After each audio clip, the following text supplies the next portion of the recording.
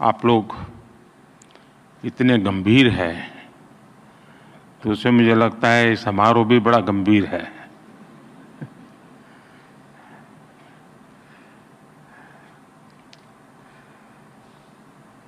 कुछ ही दिन पहले मैं राजस्थान हाई कोर्ट के प्लेटिनम जुबिली सेरेमनी में गया था और आज सुप्रीम कोर्ट के 75 वर्षों की यात्रा के उपलक्ष्य में जिला न्यायपालिका का राष्ट्रीय सम्मेलन हो रहा है। सुप्रीम कोर्ट के 75 वर्ष ये केवल एक संस्था की यात्रा नहीं है, ये यात्रा है भारत के संविधान और संवैधानिक मूल्यों की। ये यात्रा है एक लोकतंत्र के रूप में भारत के और परिपक्व होने की। और इस यात्रा में हमारे संविधान निर्माताओं का, न्यायपालिका के अनेकों मनीषियों तक का योगदान बहुत महत्वपूर्ण रहा है। इसमें पीढ़ी दर पीढ़ी उन करोड़ों देशवासियों का भी योगदान है जिन्होंने हर परिस्थिति में न्यायपालिका पर अपना भरोसा अडिग रखा है।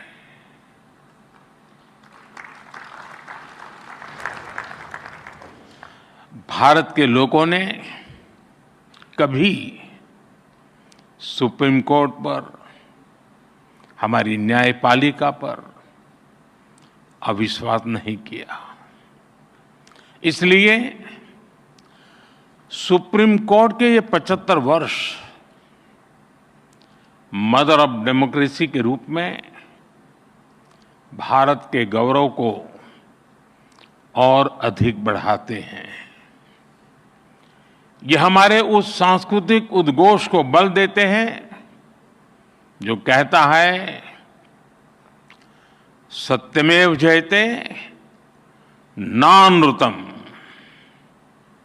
इस समय देश अपनी के आजादी के 75 वर्ष पूरे करके संविधान की 75वीं वर्षगांठ मनाने जा रहा है। इसलिए इस अवसर में भी गर्व भी है, गौरव भी है और प्रेरणा भी है। मैं आप सभी न्यायविदों को और सभी देशवासियों को इस अवसर पर बहुत बहुत बधाई देता हूं। इस अवसर पर राष्ट्रीय जिला न्यायपालिका सम्मेलन का जो महत्वपूर्ण आयोजन हो रहा है, मैं इसके लिए भी आप सबको शुभकामनाएं देता हूं। साथियों, हमारे लोकतंत्र में न्यायपालिका संविधान की संरक्षक मानी गई है। ये अपने आप में एक बहुत बड़ी जिम्मेदारी है। हम संतोष के साथ कह सकते हैं कि सुप्रीम कोर्ट ने, हमारी न्यायपालिका ने इस जिम्मेदारी का बखूबी निर्वहन करने का प्रयास किया है।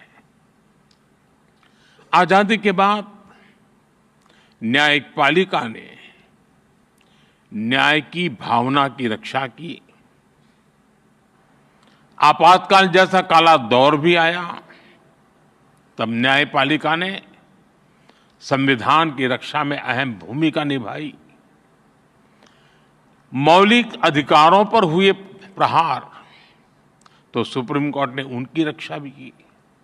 और यही नहीं, जब जब देश की सुरक्षा का प्रश्न आया तब न्यायपालिका ने राष्ट्रहित सर्वोपरि रखकर भारत की एकता की भी रक्षा की है। इन सब उपलब्धियों के बीच मैं इन यादगार 75 वर्षों के लिए आप सभी विद्वज्जनों को बहुत बधाई देता हूं। साथियों, बीते 10 वर्षों में न्याय को सुगम बनाने के लिए देश ने कई प्रयास किए हैं। कोर्ट्स के मॉडर्नाइजेशन के लिए मिशन लेवल पर काम हो रहा है। इसमें सुप्रीम कोर्ट और जुडिशरी के सहयोग की बड़ी भूमिका रही है। आज जिला न्यायपालिका का ये कार्यक्रम भी इसी का एक और उदाहरण है। इसके पहले यहां कई लोगों ने उल्लेख भी किया, सुप्रीम कोर्ट और गुजरात हाई कोर्ट ने मिलकर ऑल इंडिया डिस्ट्रिक्ट कोर्ट जजेस कॉन्फ्रेंस का आयोजन भी किया था। इस तरह के आयोजन ईज ऑफ जस्टिस के लिए बहुत ही जरूरी है। मुझे बताया गया है यहां भी अगले 2 दिनों में कई महत्वपूर्ण मुद्दों पर चर्चा होगी। पेंडिंग केसेस का मैनेजमेंट, ह्यूमन रिसोर्स और लीगल फैटर्निटी की बेहतरी। आपने चर्चा के लिए सभी जरूरी विषय तय किए हैं।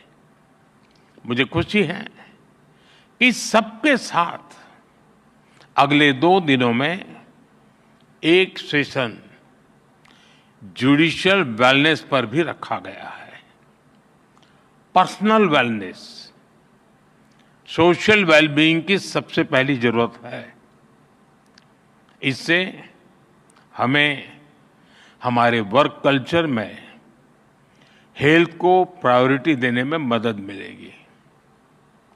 साथियों, हम सब जानते हैं आज आजादी के अमृतकाल में 140 करोड़ देशवासियों का एक ही सपना है, विकसित भारत, नया भारत। नया भारत यानी सोच और संकल्प से एक आधुनिक भारत। हमारी न्यायपालिका इस विजन का एक मजबूत स्तंभ है। खास तौर पर हमारी डिस्ट्रिक्ट जुडिशरी भारतीय न्यायपालिका की व्यवस्था का एक आधार है। देश का सामान्य नागरिक न्याय के लिए सबसे पहले आप ही का दरवाजा खटखटाता है। इसलिए ये न्याय का प्रथम केंद्र है, ये पहली सीढ़ी है। हर तरह से सक्षम और आधुनिक हो, ये देश की प्राथमिकता है। मुझे विश्वास है ये राष्ट्रीय सम्मेलन, इसमें हुए विमर्श देश की अपेक्षाओं को पूरा करने में मदद करेंगे। साथियों, किसी भी देश में विकास का अगर कोई सबसे सार्थक पैरामीटर है तो वो है सामान्य मानवीय का जीवन स्तर। सामान्य मानवीय का जीवन स्तर उसकी ईज ऑफ लिविंग से तय होता है और सरल सुगम न्याय ये ईज ऑफ लिविंग की अनिवार्य शर्त है। ये तभी संभव होगा जब हमारी डिस्ट्रिक्ट कोर्ट्स आधुनिक इंफ्रास्ट्रक्चर और टेक्नोलॉजी से लैस होगी। हम सब जानते हैं कि आज डिस्ट्रिक्ट कोर्ट्स में करीब 4.5 करोड़ केसेस पेंडिंग है। न्याय में इस देरी को खत्म करने के लिए बीते 1 दशक में कई स्तर पर काम हुआ है। पिछले 10 वर्षों में देश ने जुडिशियल इंफ्रास्ट्रक्चर के विकास के लिए लगभग 8,000 करोड़ रुपए खर्च किए हैं। आपको एक और तथ्य जानकर खुशी होगी, पिछले 25 साल में जितनी राशि जुडिशियल इंफ्रास्ट्रक्चर पर खर्च की गई, उसका 75% पिछले 10 वर्षों में ही हुआ है। इन्हीं 10 वर्षों में डिस्ट्रिक्ट जुडिशरी के लिए 7,500 से ज्यादा कोर्ट हॉल और 11,000 रेजिडेंशियल यूनिट्स तैयार की गई है। साथियों, मैं जब लीगल फ्रेटर्निटी के बीच आता हूं तो ई कोर्ट्स का विषय आना बहुत स्वाभाविक है। टेक्नोलॉजी के इस इनोवेशन से केवल न्यायिक प्रक्रियाओं में तेजी ही नहीं आई, इससे वकीलों से लेकर फरियादी तक हर किसी की परेशानियां भी तेजी से कम हो रही है। आज देश में अदालतों का डिजिटाइजेशन किया जा रहा है और जैसा कि मैंने कहा, इन सभी प्रयासों में सुप्रीम कोर्ट की ई कमेटी अहम भूमिका निभा रही है। साथियों, पिछले वर्ष ई कोर्ट्स प्रोजेक्ट के तीसरे फेज को भी स्वीकृति मिली है। हम एक यूनिफाइड टेक्नोलॉजी प्लेटफॉर्म तैयार करने की दिशा में आगे बढ़ रहे हैं। इसके तहत artificial intelligence, optical character recognition जैसी उभरती हुई टेक्नोलॉजी का इस्तेमाल होगा। हम पेंडिंग केसेस का एनालिसिस कर सकेंगे, भविष्य के मुकदमों का भी अनुमान लगा सकेंगे। पुलिस, फॉरेंसिक, जेल और कोर्ट टेक्नोलॉजी इनको इंटीग्रेट भी करेगी और इनके काम को स्पीड अप भी करेगी। हम ऐसी न्याय व्यवस्था की ओर बढ़ रहे हैं जो पूरी तरह से फ्यूचर रेडी हो गई। साथियों, आप जानते हैं, बड़े बदलाव में इंफ्रास्ट्रक्चर और टेक्नोलॉजी के साथ ही नियमों, नीतियां और नीयत की भी भूमिका होती है। इसलिए आजादी के 7 दशक बाद देश ने पहली बार हमारे कानूनी ढांचे में इतने बड़े और अहम बदलाव किए हैं। भारतीय न्याय संहिता के रूप में हमें नया भारतीय न्याय विधान मिला है। इन कानूनों की भावना है citizen first, dignity first and justice first. हमारे क्रिमिनल लॉज शासक और गुलाम वाली कॉलोनियल सोच से आजाद हुए हैं। सेडिशन जैसे अंग्रेजी कानूनों को खत्म किया गया है। न्याय संहिता की सोच नागरिकों को सजा देगा, यही एकमात्र नहीं है, लेकिन नागरिकों को सुरक्षा देना भी है। इसलिए एक और महिलाओं और बच्चों के खिलाफ होने वाले अपराधों पर सख्त कानून बने हैं।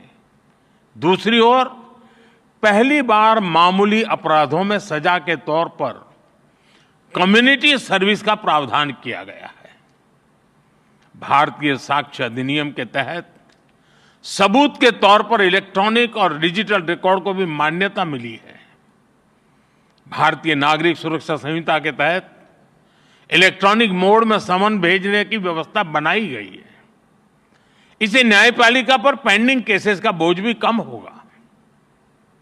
मेरा आग्रह होगा, सुप्रीम कोर्ट के मार्गदर्शन में डिस्ट्रिक्ट जुडिशरी को इस नई व्यवस्था में ट्रेन करने के लिए नए इनिशिएटिव्स भी जरूरी है।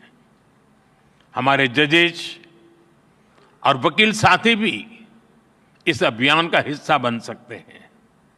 जनता भी इस नई व्यवस्था से परिचित हो, इसमें भी हमारे वकील और बार एसोसिएशन का अहम रोल है।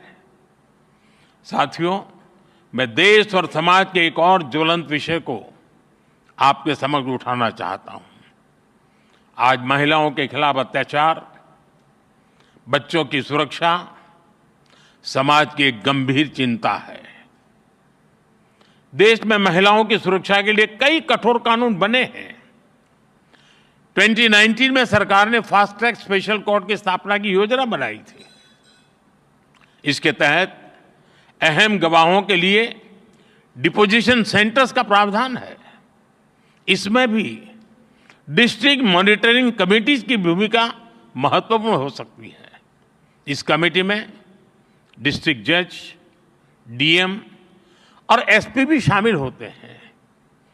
क्रिमिनल जस्टिस सिस्टम के विभिन्न पहलुओं के बीच समन्वय बनाने में उनकी भूमिका अहम होती है। हमें इन कमेटियों को और अधिक सक्रिय करने की जरूरत है। महिला अत्याचार से जुड़े मामलों में जितनी तेजी से फैसले आएंगे, आधी आबादी को सुरक्षा का उतना ही बड़ा भरोसा मिलेगा। साथियों, मुझे विश्वास है कि यहां जो विमर्श होगा उससे देश के लिए बहुमूल्य समाधान निकलेंगे, जस्टिस टू ऑल का रास्ता मजबूत होगा। मैं एक बार फिर आप सबको इस पवित्र समारोह और समागम और चिंतन मनन में जरूर अमृत निकलेगा, इस आशा के साथ अनेक अनेक शुभकामनाएं देता